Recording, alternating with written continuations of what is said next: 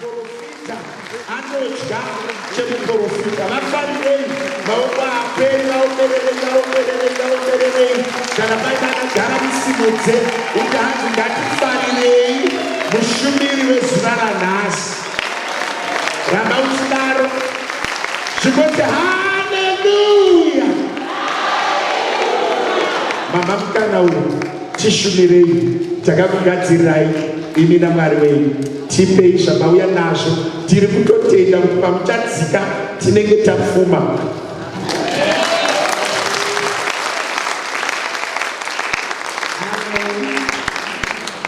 Zvinotichadzokera here kuZimbabwe panakidzwa zvinoita mototurika unamato tichigone kudzokera kumwe. Aiwa, toda kutenda Mwari muno mune upenyu muzita raJesu. Amen.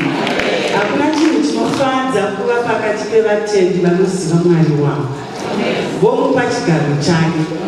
Anosungikana chete ndiye akaremerwa nemweya yetsvina, homwe yemadhimoni ndo inopindimara kana yapinda muchechi. Asi kana wapinda kuti unengoita zvakanaka, nokuti iyo tinobva tarayira kuti iende muzita raJesu. Amen. Ngatigare zvedu pasi vanikani vangu. Ndakanga ndichiti kuna fadha tichikurukura ngati handisati ndamboona leadership yakadaro. Ndapoterera ndikapoterera. Mumwe akazotaura achiti vanhu ndevamwe, asi pana pandisida kuisa ibhuraketi iroro. Ndine zvandiri kuona nezvandiri kudzidza. Dai Mwari vakakuita isenta yekudzidzisa vazhinji, nokuti vazhinji vari kurasikirwa nechinhu. Ndakatanga kuda kuti ukaenda pane dzimwe pulpiti unoremerwa kuti zvino ndikataura vara rakadai ndichagamushirika here kana kuti handigamushiriki. Asi ndoda kutenda kuti pano ndakanzi mhai sezvamapiwa naMwari, hakuna shoko rinofanira kukurambira mumuromo menyu. Taurai sezvamunenge mapiwa naMwari. Baba, ndokutendai nekuti chera maita zvakanaka naMwari muzita raJesu. Amen. Teresa mufundisi Matekwe, ndinozosiyiwa kuno kuSouth Africa. Ndikaiti vafarire muzita raJesu. Amen. Baba Chirindi naamai vana, saka vana vangu ndinovafarira, nevazukuru kana ndauya kuno nendiona futi vazukuru. Mumwe achanenge achinditi iwe gogo iwe. Asi ndoda kutenda Mwari. Ndoda kukumbira vanasikana vangu mundiverengere inzwi raMwari. Ndiverengerewo kuna 1 Corinthians chapter 9 verse 18. Mumwe bata pana 1 Timothy chapter 5 wodiverengera verse 17 and 18.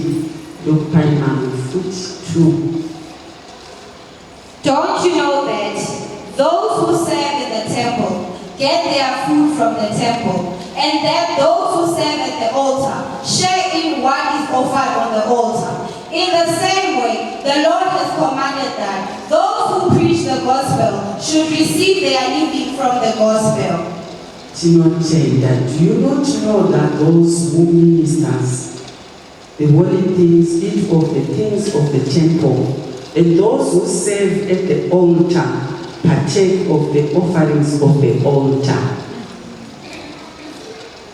1 Timothy 5 verse 17 and 18.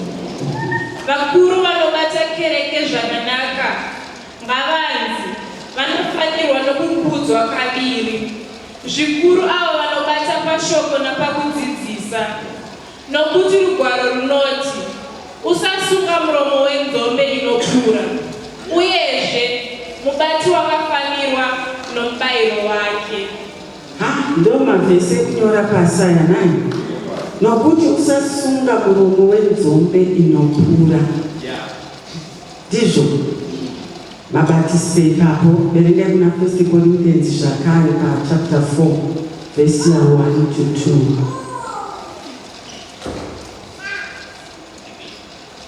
This, then, is how you ought to regard us, as servants of Christ, and as those entrusted with the mysteries God has revealed. Now it is required that those who have been given a trust must prove faithful. Tinotenda yokupedzisira 1 Corinthians chapter 9 verse 11. 1 Corinthians 9 verse 11. Kana isu tavakudzvalirai zvinhu zvomweya, chingava chinhu chikuru here kana tichicheka zvinhu zvenyama. Tinotenda Mwari mugare pasi. If we have sown spiritual things for you, is it great thing if we reap your material things? Mostara Jesu. Amen. Manerano ndinokutaura pamusoro stewardship. Mostara Jesu. Amen. Nokuti kana tichitaura pamusoro pemunhu akavimbiwa naye naMwari, ndokumusika ndokumuisa panyika. Mwari vamuisa panyika, havana kungoti angova, asi vakamupa responsibility yekuchengetedza zvaanenge amupa. Muzita raJesu. Amen. Pataurwa nyaya yokuti zvino kana tichidzvara zvomweya, chingava here chinhu chakaipa kuti tizokohwawo kana kuti tizotorawo zvenyama kubva kwamuri. Muzita raJesu. Amen. Nyaya yandakanzwa ine mukurumbira iri pano inyaya yeappreciation yemunhu waMwari, kureva kuti sangano riri kutenderana uye riri kubvumirana kuti mufundisi watakapiwa ari kubata basa muimba yaMwari. Ndokubva mukati mangu mati kana paine nyaya yakadaro, chiregai nditaure kuhama kuti zvinokosha kunzwisisa oda yaMwari. Mwari muumambo hwavo havana kuzungaira. Zvinhu zvaMwari zvese zvinofamba neoda.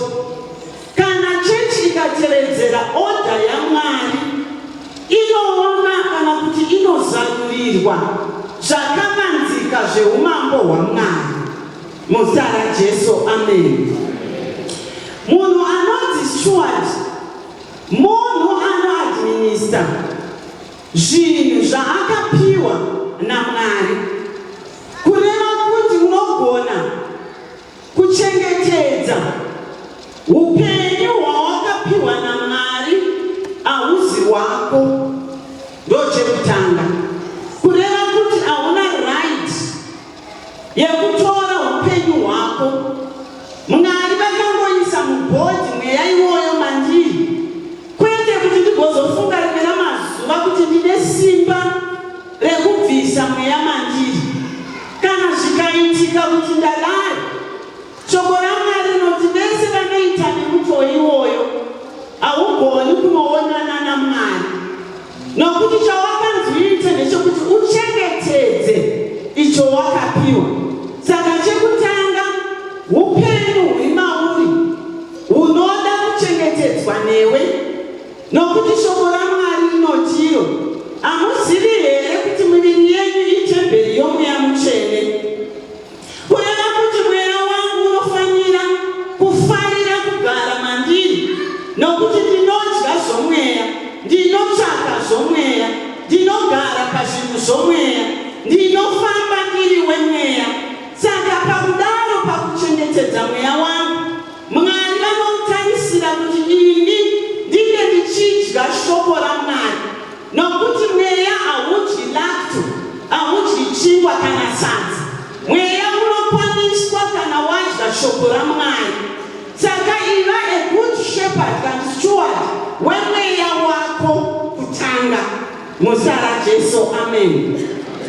Deni chimwe chatakaitirwa naMwari ndechekuti takapiwa simba rekuunganidza kana pfuma, rekuvakana nedzimba, kuva nedzimotikari, kuva nevana.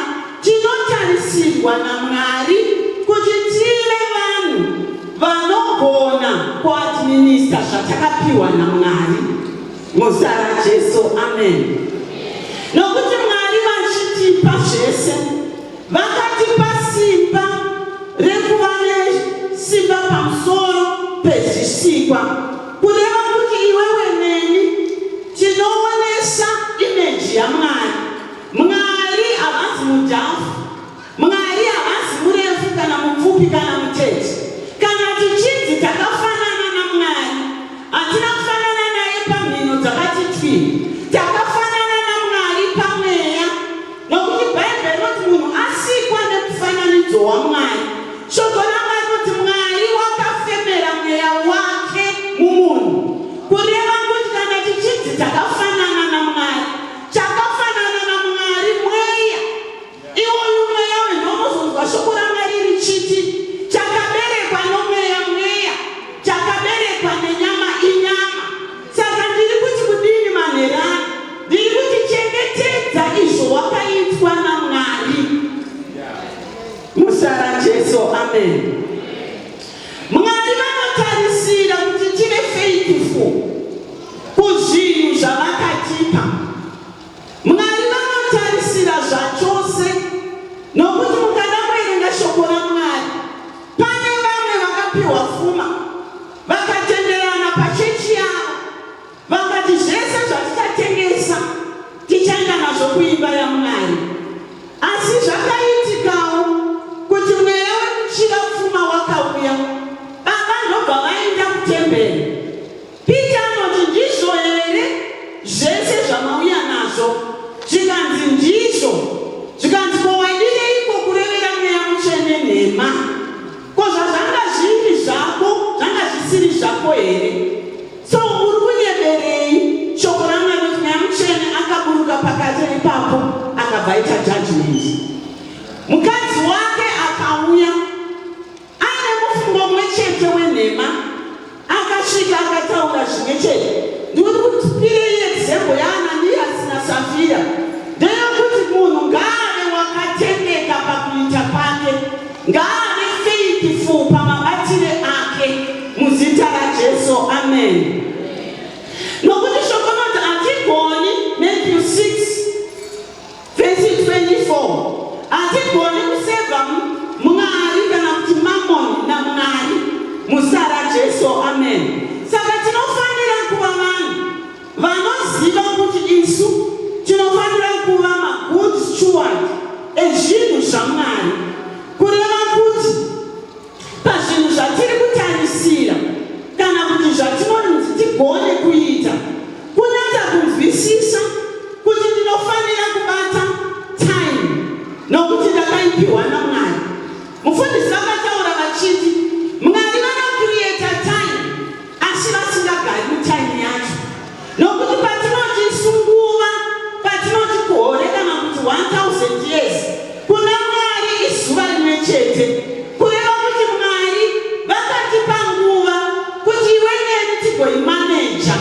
Kureva kuti mukurarama kwangu semuKristu ndinofanira kuziva time yekuenda kubasa, ndinofanira kuziva time yekunamata Mwari. Time yangu ngaive time inoratidza kuti kune munhu ari kuadminister time, zvokuti haazoshayisi Mwari mukana, muzita raJesu. Amen. Nokuti mumwe akati Mwari mukandipa basa ndichakunamatai, Mwari mukandipa chokuti nechokuti ndichakuitirai.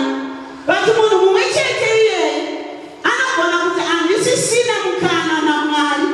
Mazuva ano ndiri kubatikana, tiri kuti pakuva steward wetime, be very careful kuti unova netime yaMwari, muzita raJesu. Amen. Chimwe chatinofanira kuchengetedza chatakapiwa naMwari, matalents atakapiwa. Muimba yaMwari mune midziyo yakasiyana siyana, asi Mwari ngavakubatsire ugone kuziva kuti ini ndinogona papi, chipo changu chishande muumambo hwaMwari. Kana ndiri unoshandira varwere, ngandishandire varwere. Kana ndiri intercessor, ngandinamate ndichimira pamukana, ndichisevenzesa chipo chandakapiwa. Kana ndiri muimbi,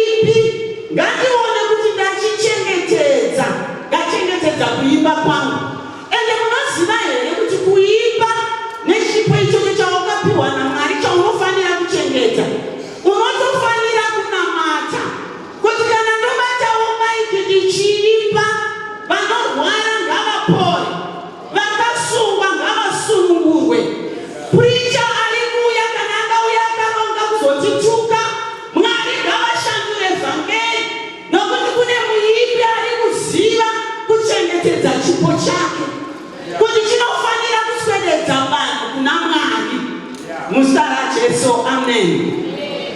Saka tiri kuti Mwari ngavatiitirewo nyasha muzita raJesu. Amen. Mwari vakatiita kuti tive masteward emaministries akasiyana. Mamwe yacho ndegivhini iri kutaurwa pano. Kupa kunorwadza vanhu vakawanda.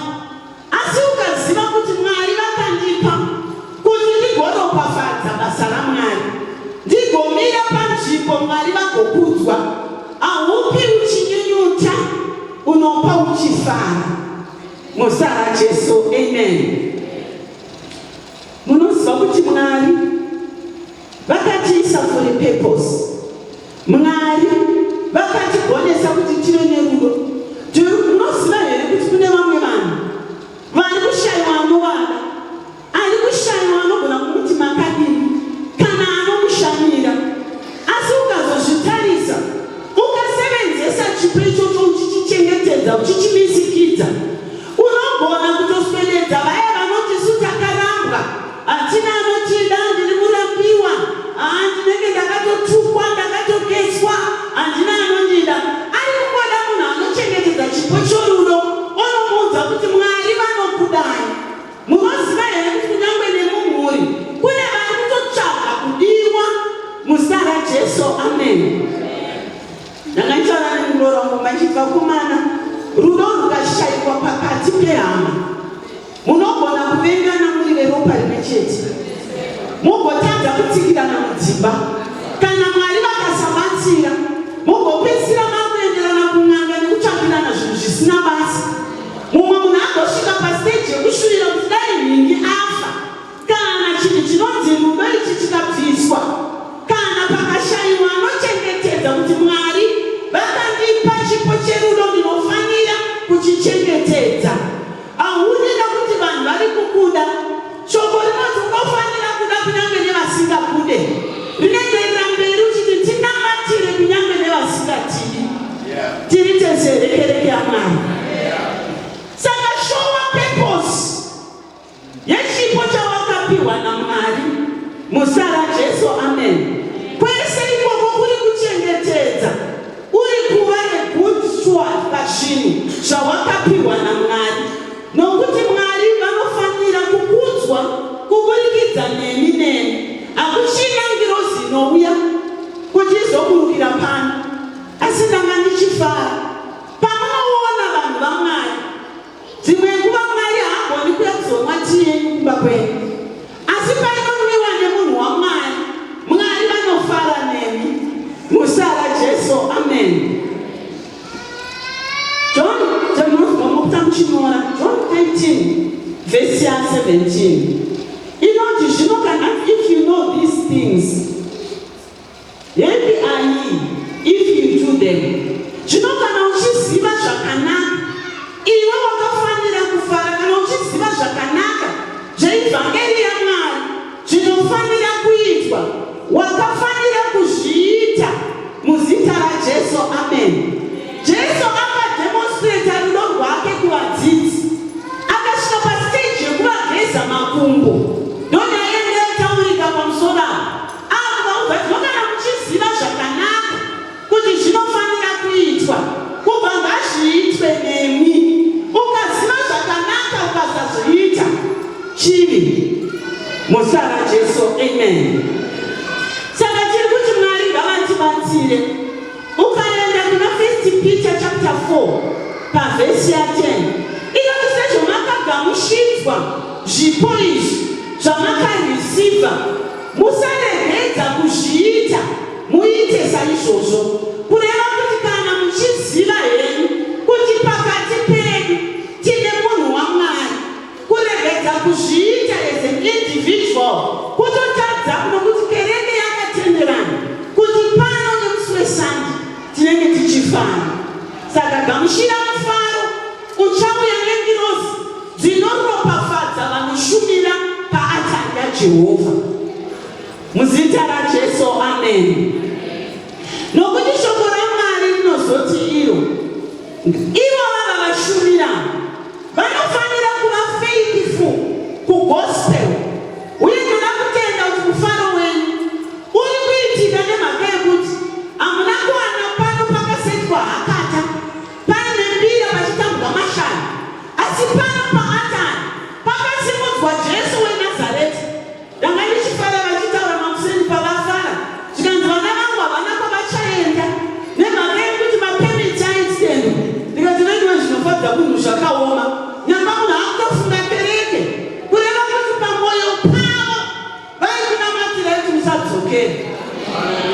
Musara Jesu, amen. Mwari ngavatibatsire. Musara Jesu, amen. Kugona kumaneja zvinhu zvauri kupiwa naMwari. Usasunga muromo wenzombe inopura. Nokuti ndikauya panapa ndisina kuteka, hapana anogona kugamuchira vhangeri rangu. Ndikauya pano ndine nzara, mudumbu muchirira mvura, naMwari havakukomborerei. Asi rombo rakanaka pasangano rino rinotenda zvakatendwa naMwari. Vakati zvinoda kupai vafudzi vari pamwoyo pangu, nokuti Mwari ndiye anopa vafudzi. Haatarisi chimiro kana kunaka kana structure, asi anotarisa pamwoyo. Saka Mwari ngavakuropafadzei pakugamuchira zvakadiwa naMwari. Musara Jesu, amen. Patiri kutaura ipapa panyaya yekuchengeta vanhu vaMwari, ndakafara zvikuru kuti zvirokwazvo Mwari ngaakurangarirei. Personally ndakatanga kukunamatira ndisati ndakubhuya kuno. Zvichidzidzo ndonyaya iripo kuti tidzidzisei kuramba tichiita zvakanaka pamberi paMwari. Kureva kuti mukaita zvinodiwa naMwari, vadikani munoona zvamusati makaona. Musara Jesu, amen. Munoziva here tese tine mafoni muno, asi foni ine sim card neyakachajwa neine mari ndoinogona chete kureceiva macalls. Kana isina chero yakanaka ikanzi iPhone 14 kana 15 inotogona kutokudwa nepambudzi. Saka ime pamunochuna upenyu hwenyu uchida kuna Mwari, kana akataura Mwari munomunzwa, nemiwo mukataura anokunzwai. Muzita raJesu, ameni. Haleluya mapostori.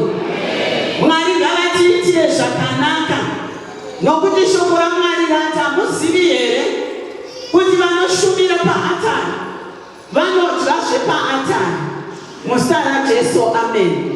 Saka inyasha idzodzo kuva nechingwa chinodyiwa namufundisi.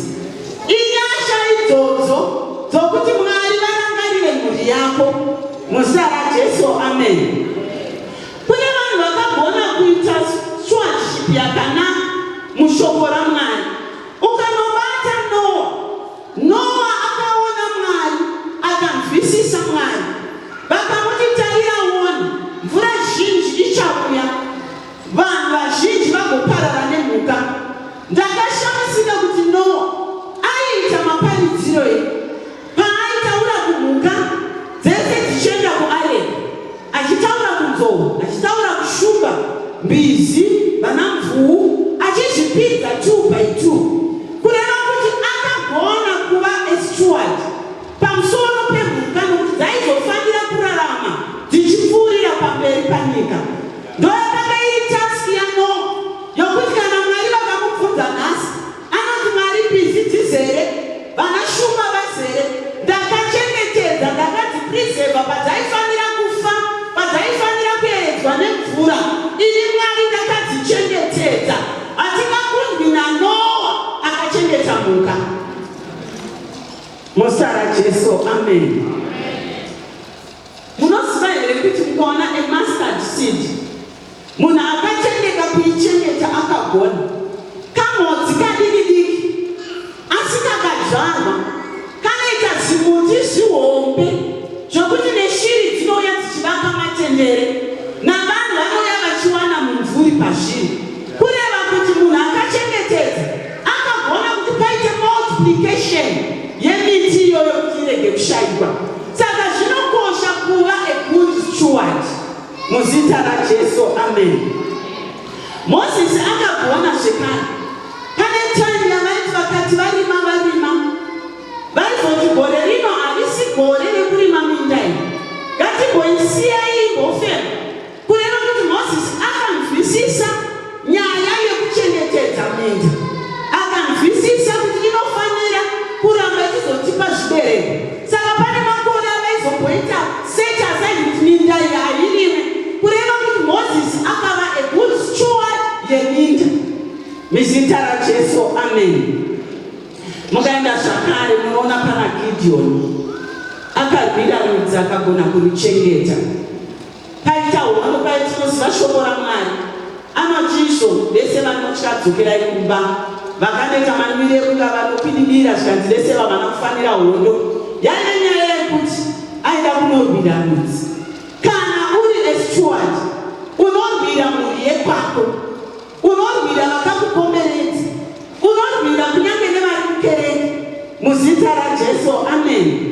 Mukaona zvekare Mozisi mumwe chete yenyu akatungamirira Israeri kubva munyika yeutapwa, achifamba navo achivaudza zvaMwari.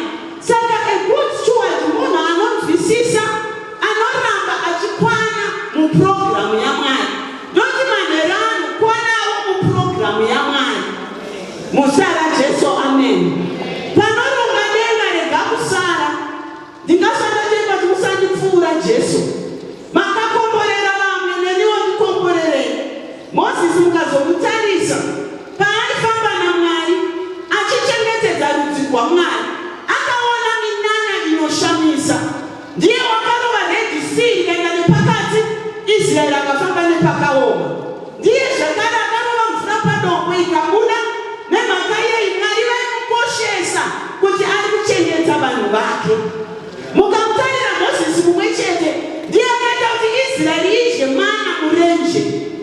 Saka kureva kuti iwe ukaita ukama naMwari, ukachengetedza zvawakapiwa naMwari, zvobenefita kingdom yaMwari, Mwari vanokupa rimwe simba risina vamwe. Mwari vanokuratidza zvimwe zvisingaonekwi nevamwe, nekuti wagara wachova pamwoyo waMwari. Muzita raJesu. Amen. Be grateful of your pastor. Tenga Mwari naye. Muzita raJesu. Amen. Zvatiri kuita manherano zvichayamutsa the next generation.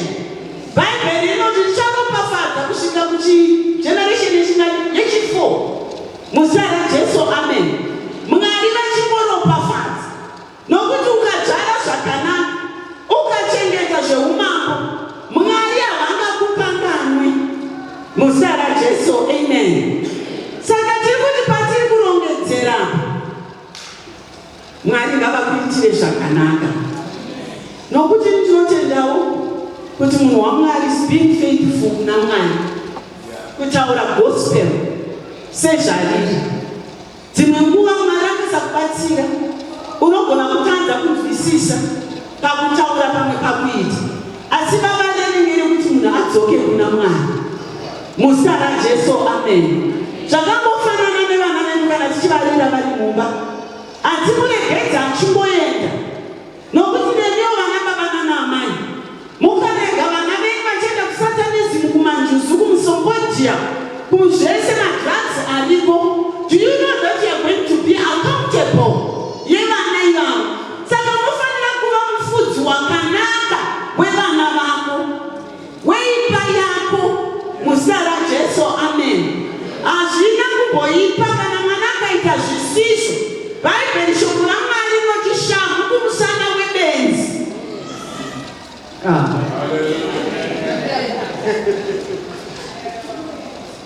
Ndamboserisa vana vangu rimwe zuva, vakasimba kundidarika, vahombe vasikatema.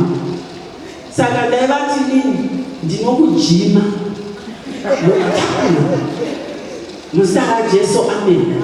But baba ino yangu iyo kuti afambe zvakanaka. Nezuva raaichata ndaingira kaonyoyo kuti ndiri kumirawo ndine chimiro, kuti hauna kutizira, ndakakurera. Saka kana mapiwa basa naMwari rekuchengeta vanhu, rekufudza, fudzai vana ivava vafuti muchivanamatira. Taurai nyasha dzaMwari. Kana ine mukakesa vana venyu, hakuna uchavaropafadza. Munoziva kune blessing yababa naamai yekungoti ropafadzwa. Muzita raJesu. Amen. Saka tiri kuti pano Mwari ngavatiitire zvakanaka. Ndanditi there are 3 P's panyaya iyoyi. Kureva kuti wekutanga ndipastor, chechipiri is the pulpit, then number 3 the people, muzita raJesu. Amen. Pastor akapiwa responsibility yekulida worship. Kana worship ikadhakwa kuno kushono tichingopinda tina watinotarisa tinotarisa kuna mufundisi toziva kuti kana worship yakadhakwa namufundisi wacho akadhakwa. Muzita raJesu. Amen. Saka vanolida worship kureva kuti vaya vari kuimba kuno kana mushuya kuzoimba upenyu hwenyu chaiwo chaiwo kunofanira kuongororeka tichakubatai-batai. Muzita raJesu. Amen. Basa ramufundisi nderekufudza vanhu, nderekukunamatirai. Muzita raJesu. Amen. Nderekutakei kuti kana warwara unoda mufundisi wako padhuze. Zvandinotenda kuti baba naamai vari kuita, wasununguka anoda kuti mwana wake aropafadzwe. Rega kuita mwana asikaropafadzwi namufundisi. Muzita raJesu. Amen. Mufundisi vanooffer counseling kureva kuti ine ndikanetsana nemufesi wangu kumba ndikaenda kuna mufundisi ngavagone kuti kansela. Muzita raJesu. Amen. Saka kureva kuti lodhi yavakapiwa naMwari yakakura, vanofanira futi kuti encourage sechechi. Ndaona muchifara pano kuti ndakadeclare kuti hakuna anodzokera kuZimbabwe kune nhamo. Asi akutora maminerals ameno zvenyu. Muzita raJesu. Amen. Pamunozouya migodhi yese tinenge tapera kutora. Muzita raJesu. Amen. Saka mufundisi anotiencourage through the words nemashoko. Muzita raJesu. Amen. Anotikansela ndataura, anotigaidha. Uye murume anotaura kuti ndingagoziva seiko kana pasina anotidudzira. Zvoreva kuti unamate zvakanaka unoda mufundisi anokunongedzera kwauri kuenda. Muzita raJesu. Haleluya. Nokuti kudano wakawo kuvanhu vaMwari. Muzita raJesu. Amen. Ndakaona kuti mufundisi ane basa kureva kuti pane every occasion yamunoita mukafirwa tinokuombererai maoko kana muchiuya kuZimbabwe. Mwenyu akachata, unoona vanhu vauya vakabva kuSouth Africa vatevera mumwe wavo wachati namufundisi wavo aripo, kureva kuti pamunofara anofara nemi. Ndizvo vana baba nanamai. Pamunochema anofanira kuchema nemi, kureva kuti lodhi yamufundisi yakawandisa makorokoto kusangano rino rinoziva kuti mukupera kwegore ngatimbonyaradzaiwo munhu waMwari, ngatimboisawo chiso chake chimbosekerera, nokuti lodhi yaakapiwa yakakura. Munoziva kuti kusiya basa rikunonetsa. Takamborangana nemufesi wangu arwadziwa nechifundisi. Nguva yauyayo mufundisi wedu aiovhasiya vedu ndibaba Mutengeni. Ndobva takurukura mumba imomo tichifara tikati vachaona chimissionals chisisina vanhu tinenge taenda takudzokera kuHarare. Ndobva tafurirana and then we so excited kuti taakutiza basa rechifundisi. Ndobva taenda kunorara, takarara takafara kuti zvazopera kati iwo chiri mudiki nechiri mudiki, iwo wakaenda kuchikoro ndakaenda kuchikoro, ngatidzokere kumabasa kwedu. Ndokubva mudhara aidziva madziva, ndokubva auya makusenseni, mabhazi emakusenseni ayani. Ndobva asvika akarova akati vavhura dhoo mani. Ava ndobva vavhura dhoo ati sekuru pindai, pakanaka here? Zvikanzi kuchinaka kupi? Zvikanzi kwamuna kunaka here sekuru? Waitaurei iwe manheru nemukadzi wako, maitaurei? Mwari haana kutiita kuti tirare nhasi. Ndobva ndasvika ngati sekuru makandizanza handidi mukadzi anotuma murume kutiza basa raMwari. Maitaurei manheru imi munopa munomu? Ipapo taigara murume yedu tiri tega kuti tifunge kuti madziro akamera nzeve zvakafamba sei. But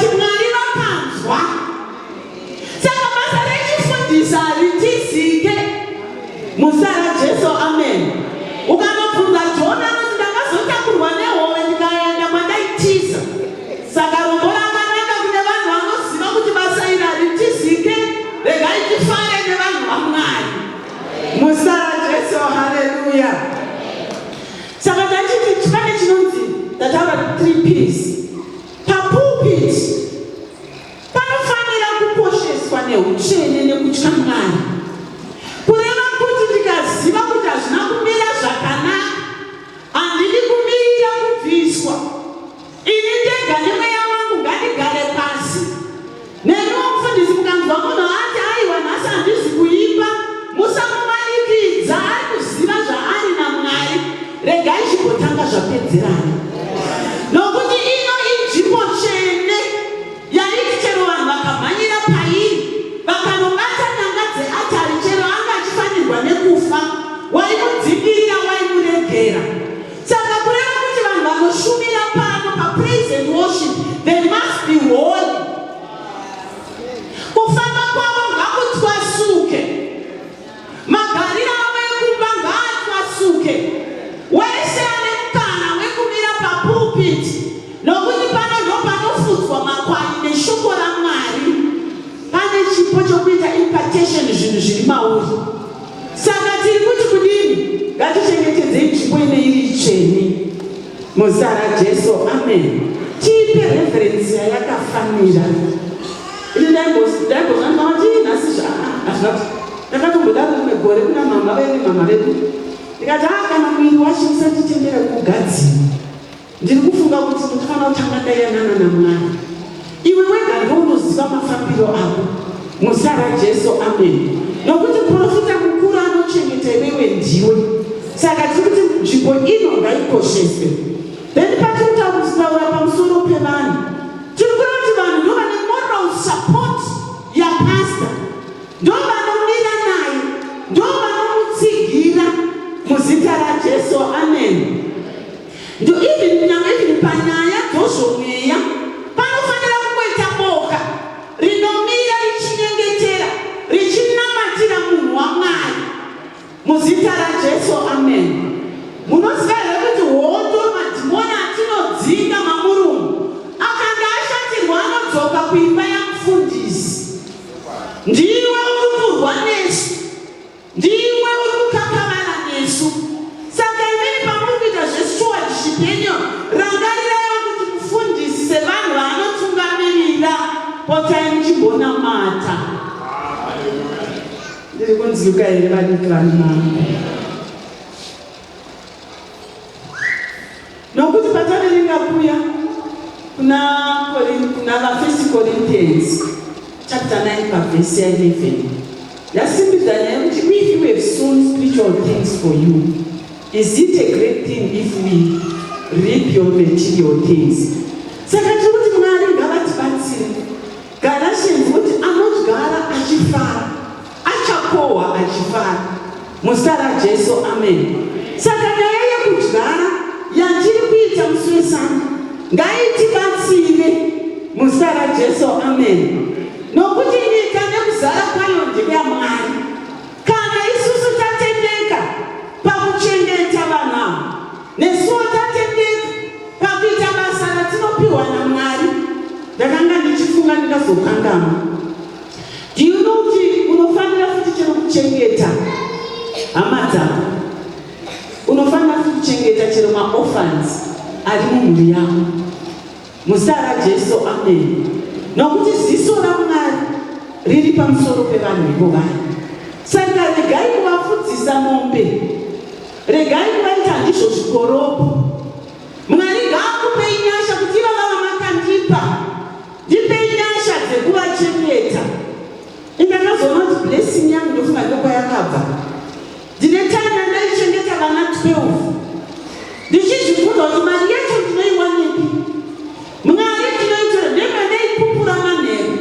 Basi ukatendeka pamari yawapiwa naMwari, shomanana iyoyo zvakudiwa kuita woita, chegumi wobhadhara, maofferings wopa, basa rinoda kuitwa pachechi woita. Mwari havakanganwi munhu akadaro. Saka paunovachengeta paya, Mwari vanokuitira nyasha uchivaedhera vhari muupenyu hwavo. Indakazoona Mwari vakundiitira zvinoshamisa, ndikaona kuti hakusi kugona. Ndiri kufunga kuti ndine pandakandobata mwoyo waMwari. Pandinovaona vachiti ndiri injiniya, mumwe wonditi ndiri nesi, mumwe wonditi ndava ticha, vari vanhu vandakadzidzisa, mwoyo wangu unofara. Saka mukusheya wealth yedu ngatigonei kutarisa kuva nemaziso anoona muzita raJesu. Amen. Munoziva here mushoko raMwari mune maexamples evanhu vakaita magood steward ezvinhu zvavakapiwa naMwari. Mukanoverenga the first parable yakapiwa naJesu. Mumwe anonzi akapiwa 5 matarenda, mumwe akapiwa 2, mumwe akapiwa 1. Uye akapiwa 5 akaenda akanomultiply. Nepaakadzoka anoti aiwa Ishe wangu, ndakagona kunoibatsira kuti ivandudzike iwande, ndakazowana ne5 pamusoro. We2 akauya akataura zvimwe chete, akati ndinofanira pa2 amakandipa, ndakaenda ndikamultiply ndadzoka zvimwe 2 pamusoro. Asi mumwe uya akawana 1 anoti ndinoziva kuti muri mutungamiriri ane hasha, anokohwa paasina kudzvara. Ukazoverenga shoko raMwari rinotiro Mwari vakamutorera akabva ashayiwa chinhu zvachose. Saka tiri kuti matarenda atinopiwa anoda kuchengetedzwa muzita raJesu. Amen. Umwe munhu akagona kurwira rudzi rwaMwari, akagona kunyatsova isteward ndiObhadhaya. Shoko raMwari rinoti akagona kuchengeta vaprofiti munguva yaJezebheri paaipenda. Iye aienda nechikafu achinovapa vanhu macaves. Vanga vakawanda, ndichatonderi nhamba, asi vaine vakawanda, asi akavachengeta ari ega. Kureva kuti kana Mwari vachikupa zvekuita vanokupa nezvikwanisiro zvacho. Mwari hava kuchiita basa vachizoti haukwanisi muzita raJesu. Amen.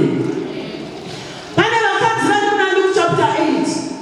Pakati pavo pane mukadzi waChuza, mambo, vakagona kuriritira Jesu panguva yaakashumira. Mukada kuona mapfekero aiita Jesu aive emhando yepamusoro, but hatina kunzwa industry yakaendwa naJesu kunoshanda. Kana kuti ainonhasi ndiri kutadza kuya kuzoona madisciples, ndiri kumboenda kubasa. Jesu akatsigirwa nevakadzi ava vana Mary Magdalene, vakanga vabviswa mweya minomo, vakarangarira kuti aiwa zvatakaonazvo ngatirangarirewo Ishe wedu.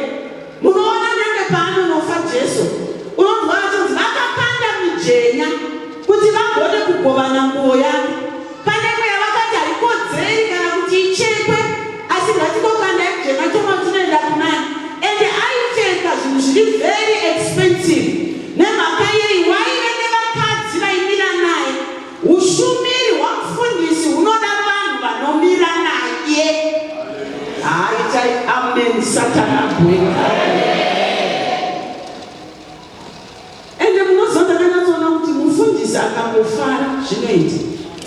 Rimwe ramazuva mwana wangu akaitwa food poisoning. Ndobva andifonera murume wacho zvikanzi arwara but ari muintensive care. Ndokumhanya kunomuona, vakati tinongotendera vafundisi chetesi condition yainyaya haiti.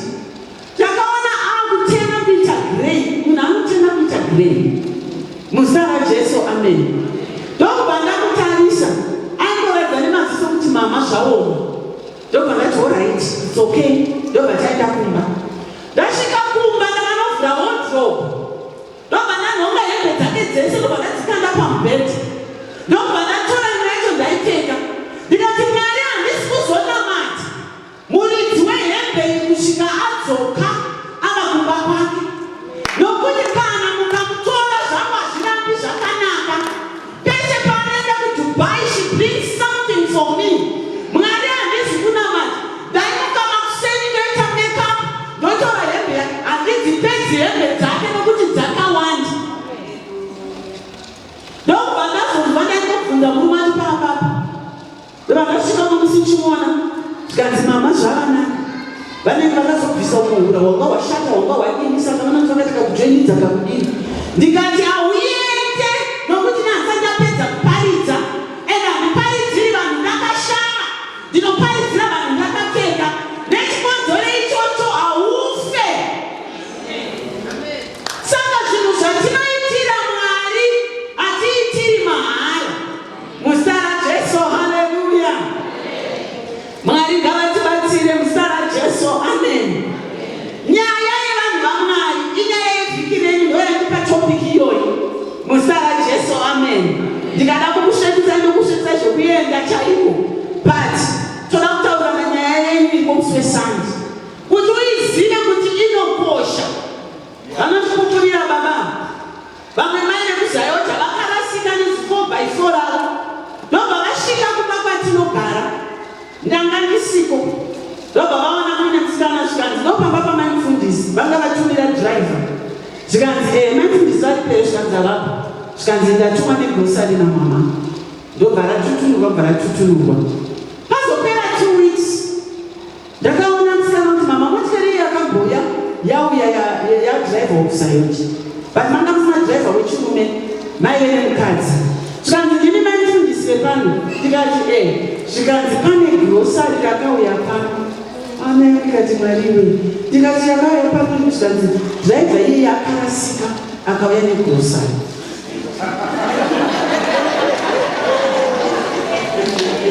ndikati munhu wamwari musanetseka handina chandakadya pagrosari renyu chandakangotora cheti pagrosari renyu inzungu ndakangonokora ndinofarira nzungu zvisingaiti so ndakangonokora nzungu dziye pandadzidya mbandaregedza zvikanza nyaya yangu haisi pagrosari mama ndakanamata kuti kuna mwari kupa kwangu kwaita dambudziko mwari vakangiti enda unotenga grosari upe munhu wamwari saka munhu wamwari aifanira kunoridya ainewe kuzayoti asi mwari vakarasisa munhu vachiziva kuti the right person aifanira kudya grosari iroro ndimi ndingatishuwa here munhu wamwari ndingatewo grosari richaramba riri mumba maita here zvikanzi ndauya nenhanzvadzi yangu yakanga yakupenga ichibvisa hembe ichifamba muharare yakashama makadya nguvai dzungu idzodzo ndobva ndamutaurira zvika ndobva akamira kupenga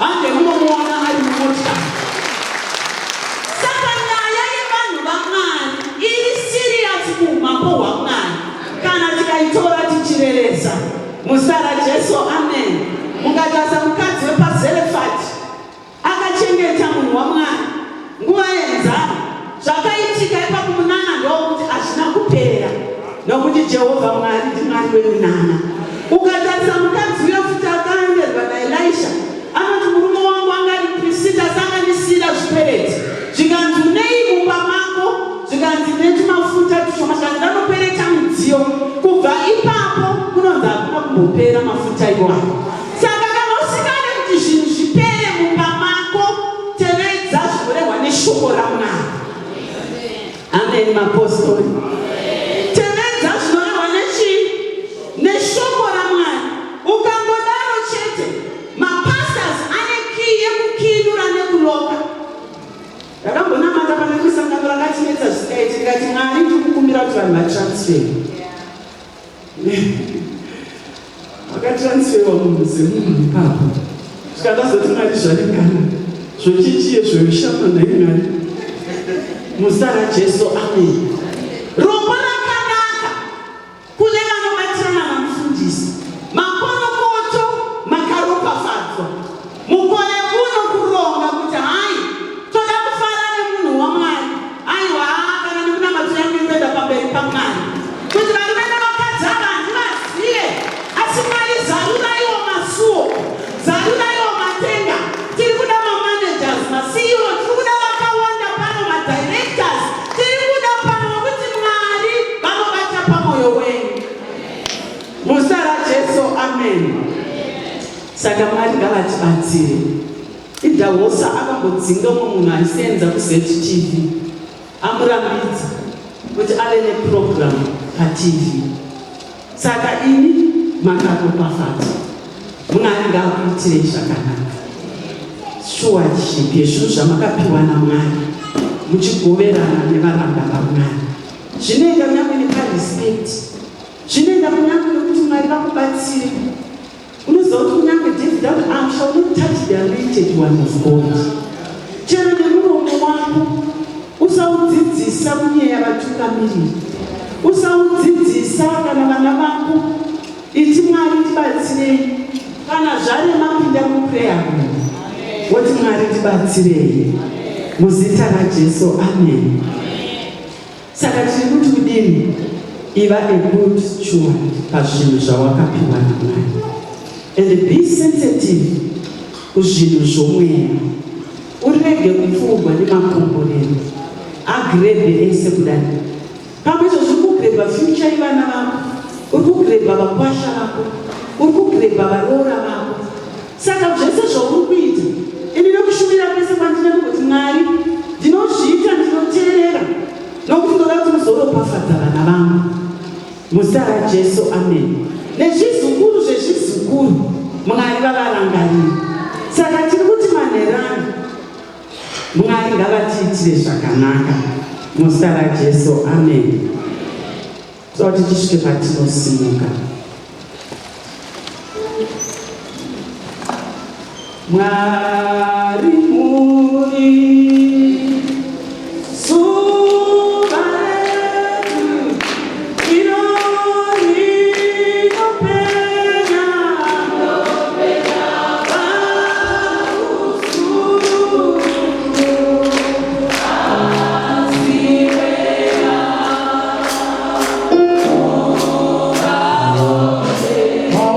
asiwea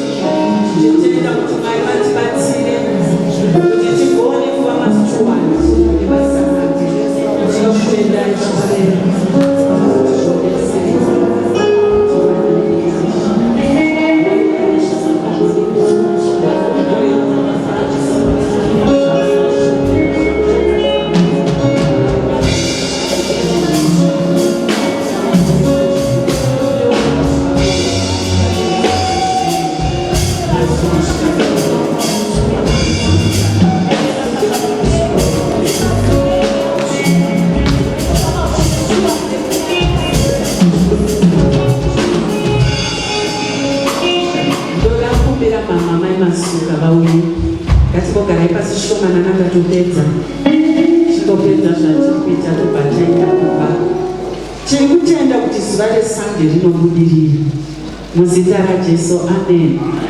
Shazingeta kuimba kana tasimudzwa naMwari. mazvinzwa here. Saka tinoti mutore maenvelopes ari pano, hatiri kutenda kuti mumwe nemumwe paachaenda kumba anenge achinamata kuti Mwari tibatsirei ndidyare mbeu yakanaka ichamera. Ukadyara ka 5 kg unokohwa zvinoenderana ne 5 kg, ukadyara 50 kg unokohwa zvinoenderana ne 50 kg. Saka ndati vadikani vangu, zvingatira kuti tikasikire kuti mofamba muchiuya ndizvo kuti tikasikire maenvelopes edu akasikire kufamba.